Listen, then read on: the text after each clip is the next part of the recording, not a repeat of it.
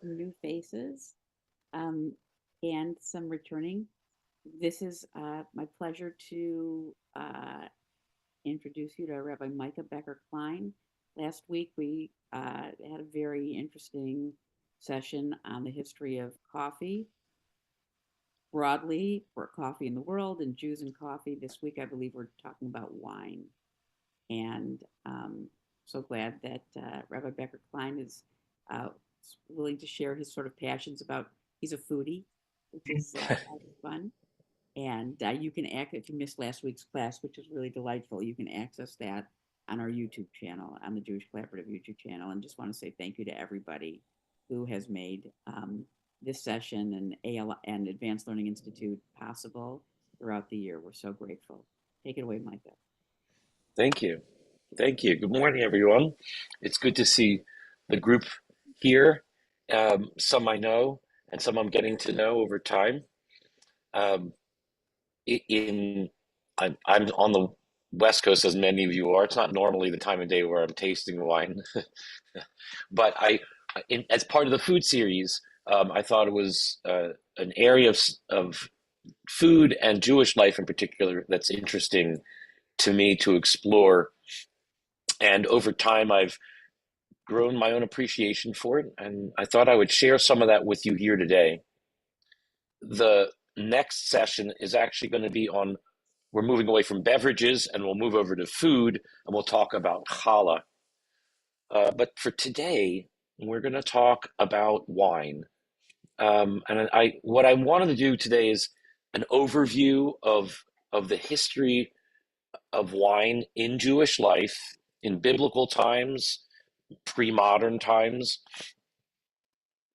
We'll talk a little bit about what might distinguish Israelite wine usage, let's say, right? Meaning pre-Judaism, pre in the temple times when others in the region are making wine. What differentiated that process?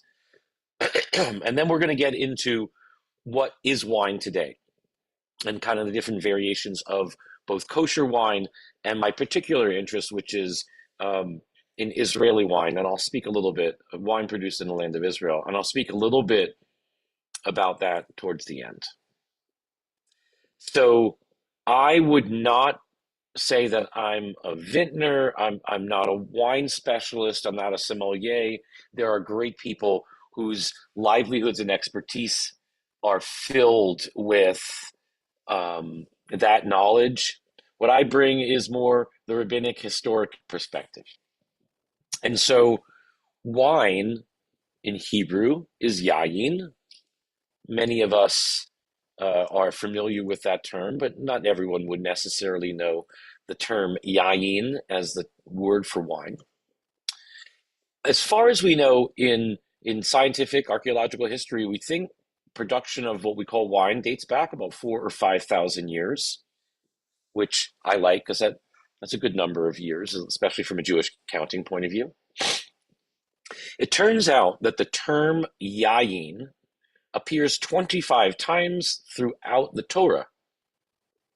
Now, first, it is going to be attributed to Noah.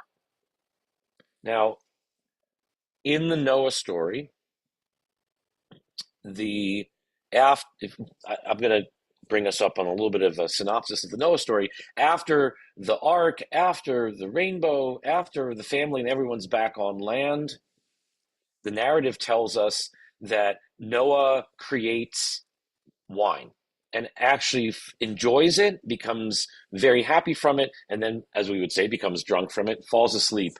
And without going into the details, some not lovely things occur due to his inebriation. And it's a fascinating, powerful introduction to what is this sacramental, holy drink that we're going to use in our cultural, religious lives from this point forward, and understand it has great potential for elevation, even joy and rejoicing, but also can lead to being drunk, which doesn't lead to good action, good decision making, clear-headedness.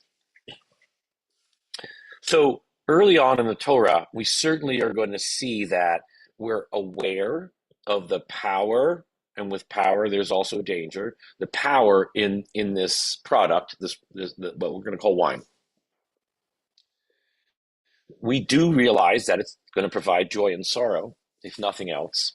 It is mentioned, yayin is mentioned, grapes are mentioned as one of the 7 species on the land of Israel. In the land of Israel itself is mentioned in Devarim, in Deuteronomy, chapter 8, verse 8. So we know that the grapes growing in Israel, in the land of Israel, Canaan, in throughout the ancient Near East, and throughout all of those lands,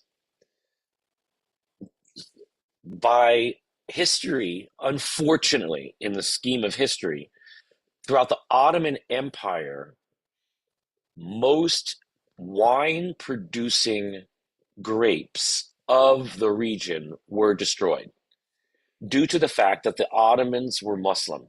And in Islam, we don't drink wine. And so that led to this long, because the Ottoman Empire is a few hundred years. By the time we get into the 19th century, with the reintroduction of wine growing to the land of Israel, we don't find indigenous grapes.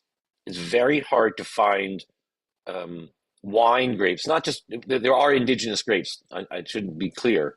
It's the wine grapes that we would want to find. What were the wine grapes that, let's say, the people of the late Second Temple were using? In archaeology, it's fascinating that they figured out in the amphorae, and we'll get a little bit to what that means later, in the storage casks, when they've done the scientific analysis of the remnants of what the wine is, they can actually determine the type of grape that was used. It's great, but we can't find those grapes necessarily in the land anymore. Okay. The Ottoman Empire, as I'd mentioned, was only going to allow edible grape varieties to exist, of which there's plenty, and it's wonderful. And okay, questions to this point that anyone wants to ask?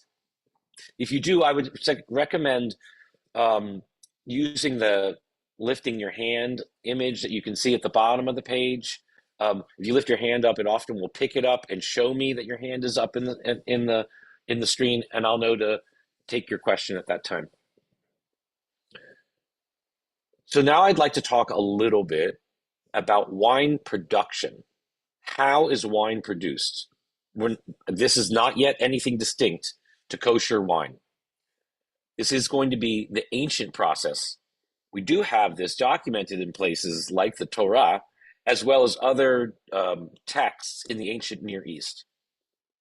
First, there was the picking.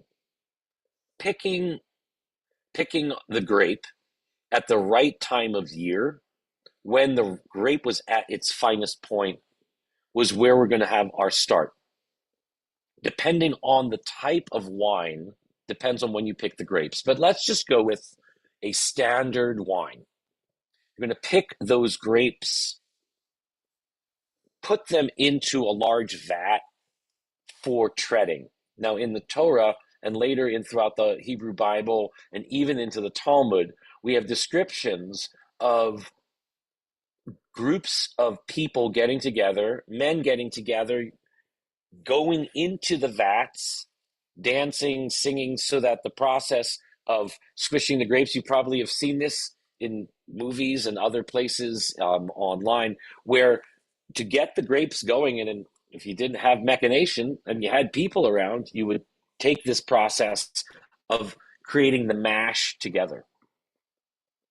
After this was done to the point where everything was created into what we'll think of probably closer to like the slurry, it's not juice yet. It then had to be filtered. There's evidence that this filter, and I thought, I don't know about you, I thought, how are we going to filter out I've picked grapes. I've worked with grapes. We had grapes growing and where I lived growing up. So I love grapes, but there's a lot of different there's a lot of different bits and pieces and seeds in grapes. How are you going to filter it out? Well, apparently in biblical times they would have taken a bundle of sticks and twigs, tied them together as I imagine almost like a bird's nest, right? So I'm fascinated when I see a bird's nest because I think, how are they going to bend a stick? I bend a stick, it cracks. I can't really bend a stick. But if you could imagine a bird's nest as a filter created by hand by humans, and then you would pour and push through your product, it would create what we're going to call now our it's grape juice, cleaned out, unfiltered, filtered, lightly filtered grape juice that's ready for a fermentation stage. The wine product, as it's being made at this point, is going to be in a large container, a vat. I would describe it as a large bathtub at this time, just something very, very large we could put it in. Fermenting would have been done through a wild process. Now, initially, what we think happened is people left that juice sitting exposed, and wild yeast would have blown over and into that juice, settled in, and begin to consume the sugars of the juice and starting to create what we're going to call an early wine. Today, we use produced yeasts. We inject the yeasts. We add the yeasts into the product to create certain types of wines. Certain types of yeasts create certain flavor profiles. For me, I experience this mostly in the beer realm. For those of you who drink beer, there are small brewers who will take the same base product and add different strains of yeast to yield different flavors. For example, a sour beer or a Belgian sweet beer could be from the same base product with different yeasts added. With wine, you can do the same thing. You can add a different yeast, it will change the flavor profile. So in ancient in the ancient world, it took time to for people to figure out what was happening was this yeast was coming in, settling in on that vat, creating the yeast, the interaction, so that it was fermenting, and then we have storage. So it's not aging yet. Right? We're just getting that chemical process happening so that the wine will eventually come to be. Now, after we have this wild fermentation happening, the storage probably would have happened in something called either, well, in an amphore piece that would have been sealed with a cork or sealed with a piece of leather. So here, what I'd like to do in 1 second is share with you, go back, share with you just a quick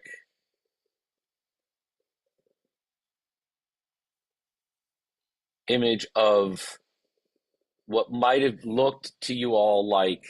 So in Israel or in, other places around Turkey, around the ancient Near Eastern basin, this is what the wine and olive oil, for example, but wine we're talking about here would have been stored in before it would have been used really individually. You're going to transport it differently than you're going to store it. I'm going to make a distinction there. between the transportation and the storage. So we're looking right now at the storage technique. You have this big vat of material. It's ready to be aged, and you need to put it into something. So what we're going to put it in is clay amphora. Um,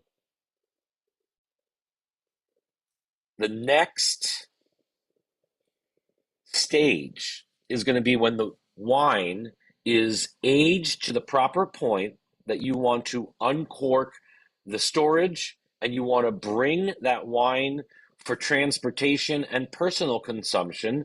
It will be put into a wineskin. A wineskin is not made from wine. The wineskin is made from goat skin and would look something like that. There are larger ones, there are smaller ones, but you can see it's basically going to be a leather container that would have held the wine together. In biblical times, in the Torah, this would have been from a goat skin. It would have been from a kosher animal, of course. We would not have been using any other product to store the wine or move the wine. Okay, so that is the combination of our storage in the clay and then transportation from local places in some type of leather container.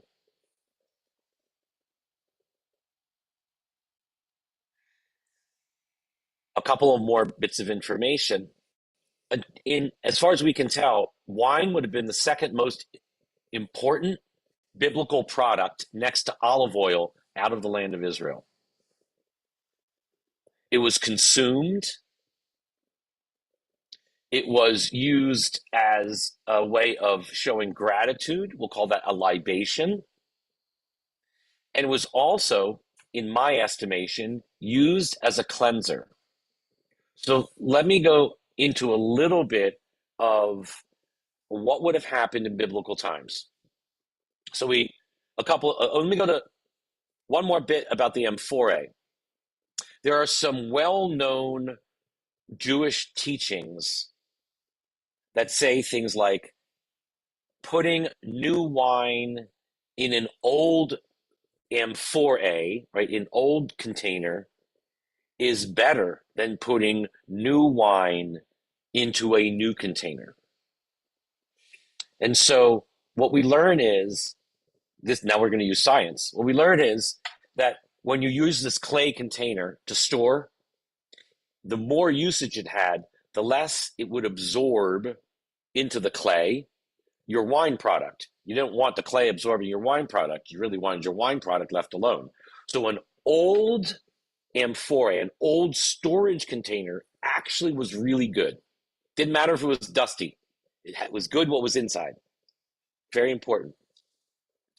And then we also learn that a new skin is much better than an old skin in terms of the transportation. Old skin, and this is a biblical metaphor used numerous times. An old skin bursts when it's refilled, whereas a new skin can hold the liquid still. We find it in two sources that are stated very clearly in Joshua and Yehoshua, chapter 9, verse 13, and later in the Tanakh, in Job, in chapter 32, verses 17 through 20. And we see references there specifically to the wine being in a new skin versus an old skin and the importance of finding new skin to hold the wine.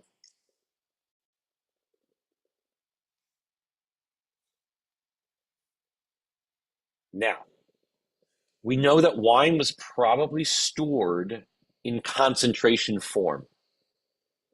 If you think to all the stories you might relate to about people drinking wine, and thinning it out would have been included in those stories. We think in the clay and probably even into the leather, we're talking about a concentrate of probably 11, maximum of 15% alcohol. That would have been the biblical concentration. It's interesting because today, most of the wines sold on the market, they're going to be on average, like the full wines, they're going to be in the 10 to 15% right there. But biblical times, that's going to be the concentration. It's not consumed at that concentration level. I'll get to why I think the reason is in a minute. We think it was diluted, and from all of the descriptions around the region, right? And whether we're talking Hebrew Bible, you're talking Christian writings, contemporary Greek writings, whatever it is, as people are consuming wine, we think it's at about a 3 to 6% alcohol rate. 3 to 6%. So now here's why I think this has happened, why that was the standard at the time. It was an everyday product that was utilized by people. It was safe when it was diluted to that level and able to use very commonly.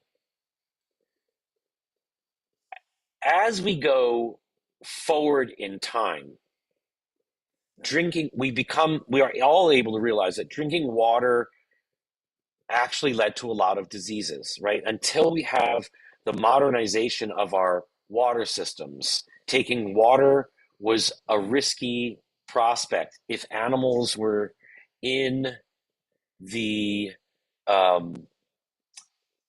in that waterway, you would be very sickened by the water. In the history of the United States of America, I'm going to sidetrack a little bit for a moment. The consumption of a product that had a little bit of alcohol in it was standardized straight into the 20th century because of the dangers of drinking the water. So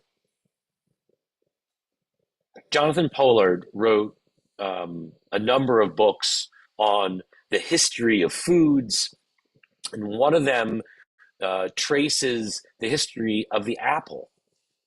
Now, I'm fascinated with the history of Johnny Appleseed. I actually lived in Longmeadow, Massachusetts for a little bit, which is where Johnny Appleseed apparently started out from. And I don't know about you, but I'm very familiar with a cartoon that came out from Disney way back in the day, and the story of Johnny Appleseed. He's walking around the country planting apples and get red, a sweet one over here and a green one over here, but so there's an actual historic guy who walked around basically from that part of Massachusetts to Ohio planting apples. The apples that he was planting were crab apples. Because when you take a seed out of an apple, you don't necessarily get a good apple. Most of the apples that we're consuming today are from grafts. All of them are from grafts from one tree to the next. They don't grow from a seed.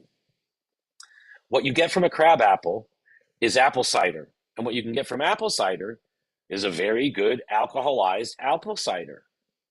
Johnny Appleseed is to be thanked for creating a long trail of apple cider, apple producing trees for apple cider from Ohio, Massachusetts to Ohio, that kept everybody both safe but slightly inebriated for many years. You might know some of this history, as I said, came from the cartoons. You remember the cartoons when someone was drinking from a jug and that jug had alcohol in it. It often had 3 X's. Well, that's based on a real system. So things were marked with 1X, 2X, or 3X up until around the early 20th century to let you know 1X was like safe, 2-3%. 2X might have been at like 10%. 3X was your 30-40% alcohol. So that is okay. So now keeping with the United States of America, part of the push for prohibition, part of the reason why in the early 20th century there was a large push to suppress alcohol consumption in the country was everyone was drinking alcohol all the time for this reason. And it was from the young to the old. A child could be given this much of your apple cider. You knew it had 1X on it. You could give them that much. And so it wasn't only about, what we see in the gangsters war, or what it meant to get people to adhere to certain taxes. There was another element behind it, which was we need to get people not drinking alcohol all the time from morning till night because that was safe water. And the USDA and the creation of safe water into our taps was part of this process. I say this because in the drinking of wine in the ancient world, diluting it down created something very safe. Kombucha, which is very commonly consumed. I love kombucha. It's a fermented tea product. It's a fermented tea product that will present its own alcohol. And early on, when it became in the United States like a national phenomenon, people were really drinking kombucha. This one company had the USDA said, "Oh my gosh, the stuff coming off your shelf is showing alcohol in it." I don't know what the level is it can't show.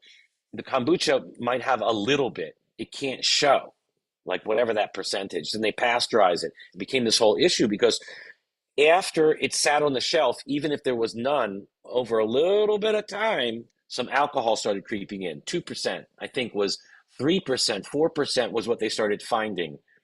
This is 10, 15 years ago before, people started figuring out, oh, this isn't exactly what we want to have happening on our shelves.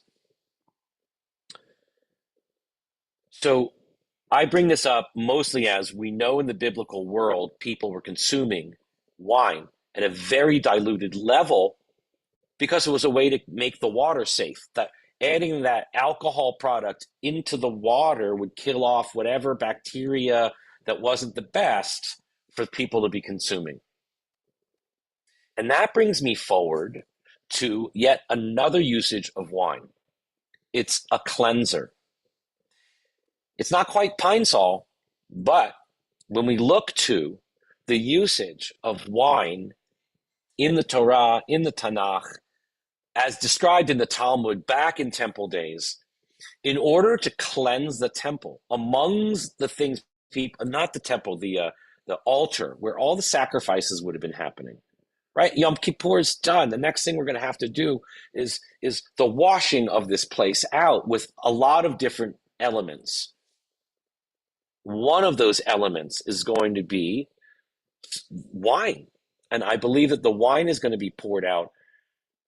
Yes, it's done in this presentation of gratitude to God, but I think chemically what's happening is we're cleansing off with that alcohol some of the remains of the blood and whatever the stuff is that's there, and then we present water to further take it off. But first you need that alcohol introduction to create some of that cleansing that's going to happen. So, okay, that brings me to how we think wine was used in temple times. Any questions before I move on? Because I realize I go through different periods of history, so I want to make sure I take a second if everyone had a hand. Okay. So now what is kosher wine is really what I want to get to. So in the Torah, in the Tanakh, we can see that wine is going to be, we don't even really have Passover yet. Like, we don't have what we call 4 glasses of wine until after the Second Temple. So in the Torah, drinking it isn't necessarily done ritually. It's done a little bit, but we can see it being used as a libation, as gratitude. You're going to see it being spilled in different places. Rabbinic decree enters the conversation. Now we're in post-biblical times. We're going to turn the corner from what was happening in the times of the temple in Jerusalem to now we're living outside and we're talking, Babylonian to European Jewry primarily. We're going to now look at what are the ingredients specifically going into wine. We're going to look at who are the producers of the product. And third, Eventually, we're going to talk about who is going to be serving the product. Why? So, religion, ours included, Judaism included, often uses wine as a libation, an offering to God, a way of recognizing holiness. And so, in in in our kiddush, for example, when you say Friday night kiddush or Shabbat morning kiddush, and we're holding the wine, what we're not saying is like, the wine is holy. What we're saying is the day is holy. We're sanctifying the day and God's existence with this wine. Okay, so that's the idea of the wine being an offering. Now imagine we're going to do this a few different ways. We're going to drink it sometimes,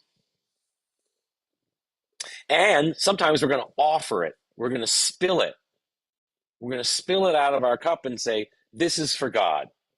Now, think for a second, because I love this. Think for a second, where do we do this? Where do we take a moment in life and spill wine and say something about God? It doesn't have to be an exam. I'll give you the answer. It's during our Seder, and it's during the 10 plagues. And yes, the classic answer is we're spilling our wine so we're not too happy. But I have to say, for me, it's always a weird, by the second glass of wine, I'm already like, it's enough already. I'm happy. It's good. I don't need more wine. I don't need four to be happy even. And so I've always thought, like, what is this about? Why am I getting rid of it? I like this idea even better. That what I'm doing is I'm thanking God for letting us be. I'm giving thanks for what has allowed me to be here by saying thank you. And so whether it's a spilling of drops on our Seder plate, and I'm taking that kavanah of gratitude, I can also see how another people, another religion, another way of being in the world goes, yes, I want to go, thank you to my God. Here's a little bit of that, and now I'm going to serve it to you. We know that it was common throughout the ancient world that that's what people would do, even as they would almost give a toast. Like we might say l'chaim, person might say, we're going to whoever and give a little spill and then clink glasses.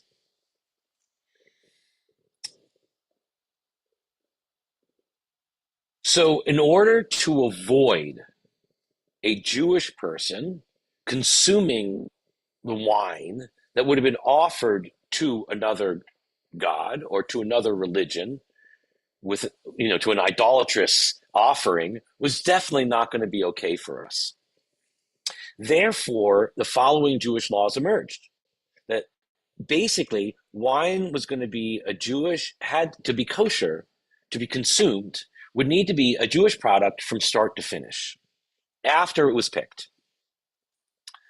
So, I think one of the lenses I like to look at this with is to say I enjoy Israeli wine as a kosher wine as a micro business in the globe of so many wines that one can consume.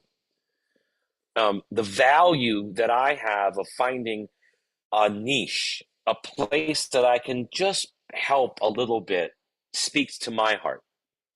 I do the same thing, as you might have heard last week, with my coffee. I'd like to look to places that, maybe they could use a little help, a little attention. Maybe they're working harder to make this happen.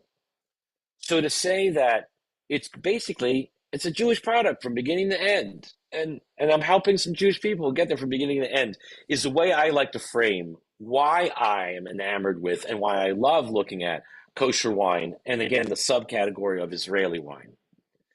There are problematic ways that kosher wine can be presented and issues around why wine laws and halakha evolved. And I just wanted to raise, before we go deeper into them, for me, the ultimate value is this micro business idea, not the other ideas that people might have had in the past of a pagan person, another person spilling wine before serving them, which even in the Talmud, we start, and then, in the Shulchan Aruch, later medieval piece, we start seeing people saying, nobody does this anymore. We don't want to waste wine like that anymore.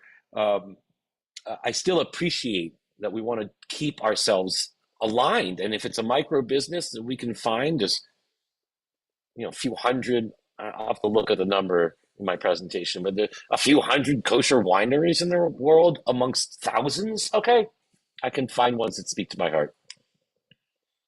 So the next concern became not just how the wine was going to be produced, but how it was going to be served. Realizing that if the non-Jewish server was going to serve a patron at a wedding, at a festival, at some kind of gathering, and perhaps spill that wine in an offering to their God before offering it to the Jewish patron.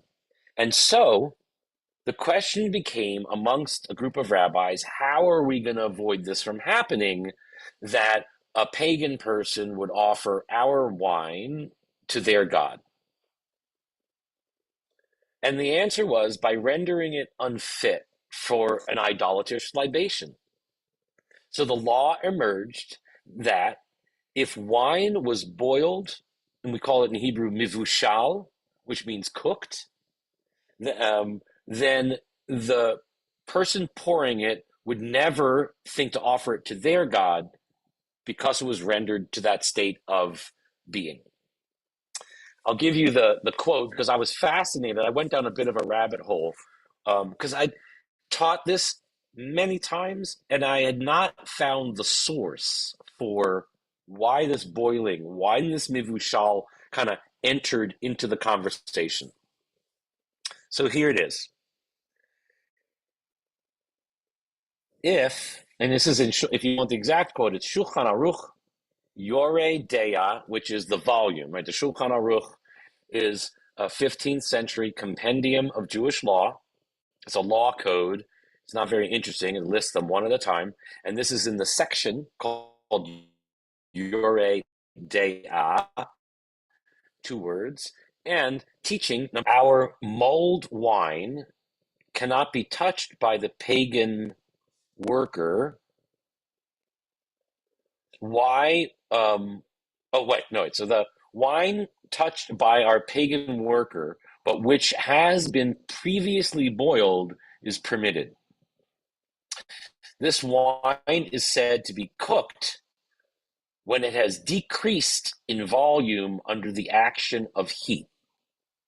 So what they start asking about is if our wine gets mulled, right, meaning cooked, pasteurized, is served and poured by a pagan for us, is it able for us to lift up that cup and then say Kiddush, Borei Peri Agafen?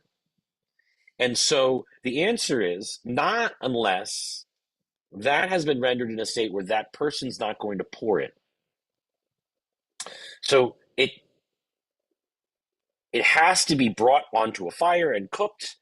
The pourer would know this is a cooked wine because they're going to be mulling it right there on site. And they're going to say, therefore, not going to be used as a libation.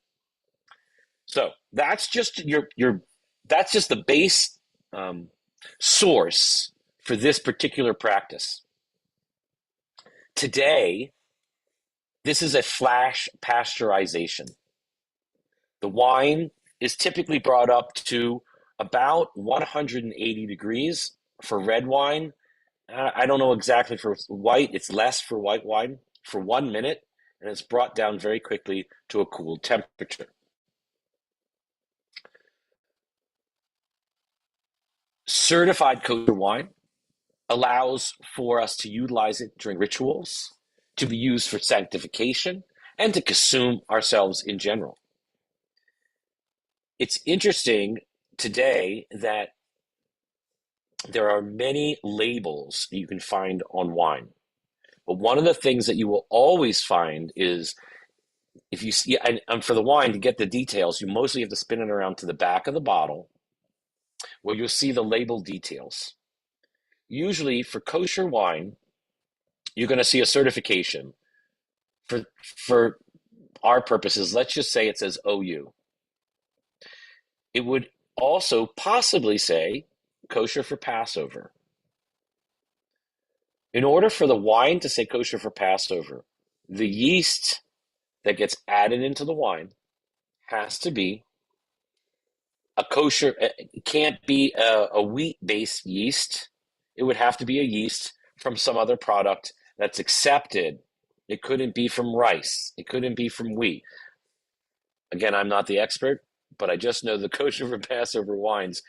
What that indicates is it's a non-yeast wine in there. It's not a different process. The other markings you'll start to see, the other markings that you'll start to see on the back of this bottle will include the words mivushal or not mivushal. If the wine is pasteurized to mivushal, it is always indicated. You will always see it. Sometimes in Hebrew, sometimes in English. I can only tell you when I go to Total Wine, I spend a lot of time spinning bottles around to see what the back of them say, so I know what I'm buying. Because I like to understand what's in the bottle, and have had a lot of fun doing some taste testing. If I can find the same grape, if I can find the same Pinot Noir, let's say one is Mivushal and one isn't, and they're both kosher, I actually would like to take, okay, let's taste. Let's see if there's something distinguishable. Today in Israel, there are over 300 wineries. It's really a lovely micro business. From the most basic, producing, just your basic sweet wine, to the most experimental. I thought I'd mention a couple of them here and see, not as promotion, but really just to let you know, of the 300 that are out there, you can find a variety of locations from the north of the country and the mountainous regions of the Galil and the Golan, to the central region, to the Judean hills in the center of the country near Jerusalem, and burgeoning desert wine industry that's coming out, sponsored by places like the Ben-Gurion University School of Agriculture, that's helping develop these desert-specific wine varieties that are, I understand, they're more like the dessert wines. Dessert wines from the desert. Someone's got to make an ad for that, but they're very sweet, I understand, was where they really stand out. So I'd like to mention Tulip, the Tulip line, if you've ever seen them. Tulip is a project. They call themselves Wine That Matters. It's produced in a village called Kfar Tikva, which is a pastoral village for people with special needs. And the winery combined with this village create a wonderful, sustainable way of producing very, very good wines and creating tikkun olam, connecting and elevating people in the process. As I said earlier, it's those values that speak to me in the ways that I consume things as best I can. And so when I can find a wine on a shelf, with lots of choices, if I can look at one and say, wow, that's got a project that speaks to my heart, and it's really good. Maybe it'll even taste better now that I know that. So I'm not promoting it. I'm just saying, good heart, good people. If you have an opportunity, you might want to look at some of their wines. Another one I could mention is, and these are small. These are not the large ones. There's many wonderful large ones, including Carmel and Tishbe. But Bar Maor is in the coastal plains near Binyamina, which is in the center of the country near the coast, and they call themselves a non-intervention winery. They like seeing the grapes do what they're going to do, and then harvest the grapes, and so their bottles will have great variety from year to year because they're not aiming for the same bottle, the same the same flavor profile every time. They want the grapes to do their thing. So, like last year was very wet and very cold. So this year's bottles should taste very different than the previous 2 years, which was drier and hotter.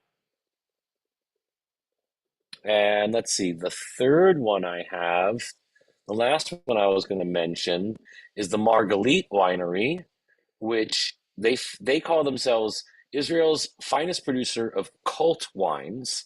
And if you want to see some odd mixing, some bizarre mixing, some lovely mixings of grapes and flavors together into blends that stand out, they're the ones that you can go check out in the north, in the Galilee. One of the things that we know in Jewish life is very important is consuming wine. And the question I'm often asked is, does it have to be red wine? So while there are traditions that people like to drink red wine for Shabbat, it's not something one has to do or doesn't have to do. And when we look to the holiday of Tu B'Shvat, for example, the tradition emerged that actually you blend and you go from the white over to the darkest and you blend a little bit. You go from white wine to, I guess, a light rosé to a more heavy rosé to a full red. So in our way of drinking wine, I'd say Jews have drank all kinds of varieties of wine over a lot of time. One of our most famous rabbis, Rashi, Rabbi Shimon Bar Yitzhak, lived in the 11th century in the Rhine River Valley, and Rashi was a vintner. Amongst the people we have writing on the teachings of winemaking, we have Rashi's writings. And what's amazing is to look at the attention that was put in to creating fine wines that people would have been drinking in the Rhine River Valley, which is the section of land, let's say, between modern Germany and modern France, as we're thinking of modern wines emerging to the Western world. We know that we've got people producing wine at that time that was a very high level. Move ourselves into the mid 20th century, and unfortunately, I'd say, while a majority of our Ashkenazi family history wound up in Poland and Russia and Ukraine, up in these far reaches of the world, a lot of Jewish people found themselves not able to access wines at that level. And really, until the 20th century, I'm not quite sure what the quality was that our ancestors were drinking. My mother's father, my grandfather of blessed memory, would speak about drinking raisin wine in Poland. And I think to myself, I just don't know that. I would think, here's a delicious vintage of raisin wine this week. I think that was where people wound up, that producing wine for ritual was important, but it was very hard to produce for a high level of the average person's consumption. Finally, I wanted to get to kind of the modern United States of America wine de rigueur, the Manischewitz of the world. I'm sure there's other brands like Magen David and some others you could tell me about, but I think Manischewitz probably stands out there as the quintessential American sweet wine. And so the question comes, like, why and how did this become associated with Jewish life in America so heavily? And the answer is immigration. Essentially,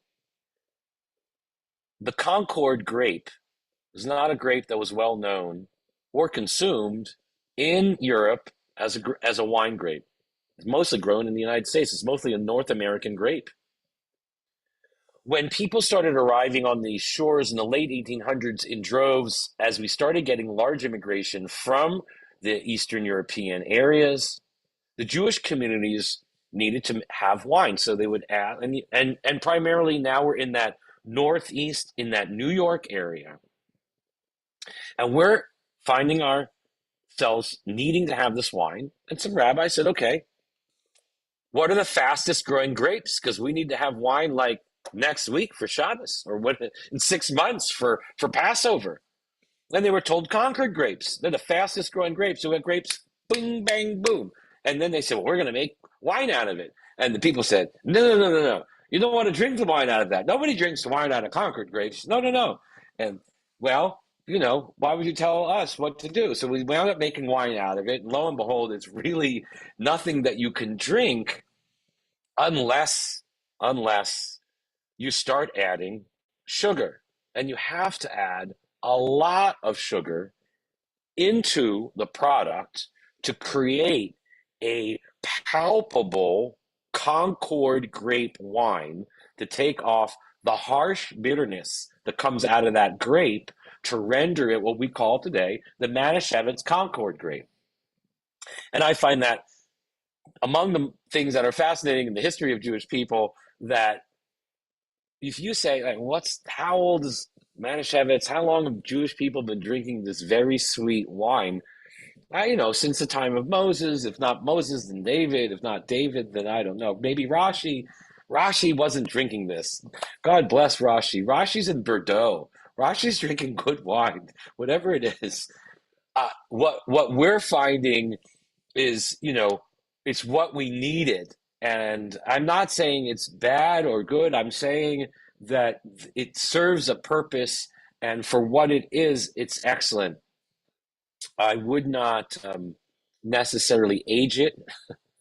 I did do a wine tasting with a kosher wine store, and I actually, Marcia and I were speaking about the potential of doing something like this one day. And the teacher was saying, you should store your wines in the following ways. Red wine should really just be stored in a cool area. If you can keep them on their sides, keep them on their sides. Try not to keep them standing up. People then ask, oh, should we keep white wine in the refrigerator? He says, absolutely not. Do not store white wine in a refrigerator. Store your white wine the same way. Take your white wine and put it in the refrigerator when you want to drink it. And you need it cold, so leave it there for 8 hours, whatever it is. Or make it cold, but don't store it cold. He said, because the refrigerator's going to turn on. It creates a little bit of a shaking. The shaking changes the flavor profile of the wine. You don't want to do that to your wine. And then he goes, but the Manischewitz, you can take it in and out of your refrigerator all you want. You can probably do it for 6 months or a year. It's not going to change. So it has a long shelf life. Unlike, corked wines, the Manischewitz doesn't tend to turn too much one way or the other. And it really does make a good haroset if you can tolerate the wine in your haroset.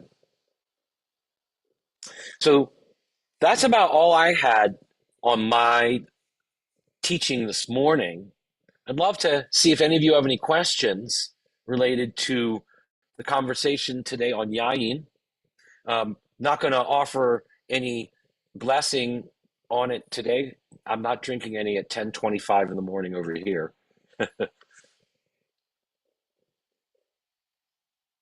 You'll have to unmute yourself if you have. Is there a question here? No. Do any of you have a favorite kosher wine or wine from Israel?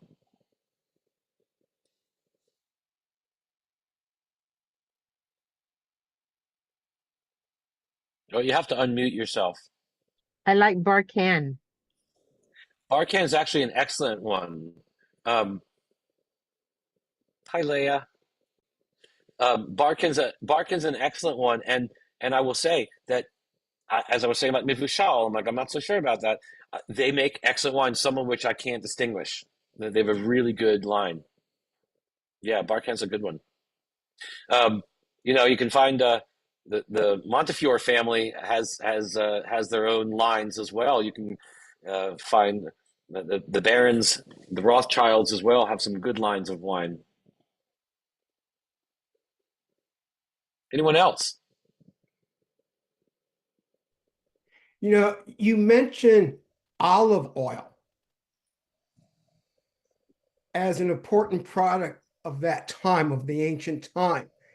How the Yeah. two of them, do they follow closely behind, like kind of like go together, olive oil and wine? Because with the Uh, Greeks, that was, the whole Greek culture was based on the trade of wine and olive oil, basically. A 100%, 100%. So, we know that it was number one and number two for when we even look at the history, when we can get even to the historical lookings at the kings of Israel, the kings of ancient Israel, we can trace the. It's harder to get King David, King Solomon, because there's very little evidence. You got to go forward in time where we've got trade agreements between different peoples, and we know what's coming and going. Some of those amphorae, they found like ships at the bottom of the Mediterranean through radar scans, and they can see that there's a combination of olives, olive oil, and wine, and those containers worked. And dates. I mean, dates would have been another major export that would have been mixed in there. Um, Wine and and and olive oil are really amazing products because yeah, I love the idea of wine in particular. Like wine doesn't exist on its own. It doesn't just disappear. There has to be some combo of what we'll call, holiness of God. Thank God there's grapes, and then human ingenuity. Put them together, squish them, stick them in a container. Don't cover the container long enough that wild yeast can enter. Keep it long enough that you cork it, you open it, and you go, "Wow, that's delicious." that's that's that's why I bless wine. I mean that's amazing. That combo of humans, and the same thing with olive oil. No, we don't really have a special blessing for olive oil, though I love it. Maybe we could one day, but it doesn't just appear. You've got to you olives. They got to be aged. You put them in a vat. You stack them up 4 or 5 feet at least. You put a cover on it, and you wait a week, and after a week, oil starts coming out the bottom. The extra virgin olive oil comes out the bottom, but it takes a week. Oh, a long time. So it's that combination of God, creativity, creation, holiness, and human ingenuity and patience. Wow, and it's good. Well, thank you, everyone. Well, thank Hope you have a you. great day. Um, virtual wine tasting is not so fun. Maybe one day you figure out how to do a wine tasting, and we I have can one more look to those question. micro. Yeah, go right ahead. Does beer have to be kosher? I don't quite have a 45 1 hour on beer. Beer, I mean, yes. However, and right in Europe, if you're in a place like Germany, beer is defined, right? There's laws that go into what can go into beer. 4 products go into beer in Germany. Unadulterated beer, kosher, because it's four Okay. products. It doesn't have to have a hex The or anything. problem, and the reason why, so it, who you, I mean, depends on who you ask, of course. What I'm trying, mostly no. The problem becomes microbreweries that decide they want to have bacon flavored beer. Now all of a sudden, right? It's not beer, and then in Germany they were like, no, no, no, no. You only have 4 ingredients in beer, and it cannot be a flavor, and it cannot be bacon. So Right. they can't call it beer. In the United States, that's where you wind up in that like mostly yes, like all your major producers across the board, everything from Miller, the Unibrews, whoever those major producers are of the world, Coors, kosher. Coors is the first one to get a certification. Before that, Budweiser, for some reason, was the accepted kosher beer of choice, but it's not certified kosher. It's not hechshered. It doesn't have a certification. Heineken's probably the number one beer of choice in Israel, other than the local ones produced in Israel. But yeah, good question. All right, everyone. Blessed week. Have a great day. Thank you for learning, and I'll see you soon. I hope next week will be challah. Maybe we can even taste some of that together. I'll make coffee to go with my challah. Lehitraot. Have a great day. Blessings.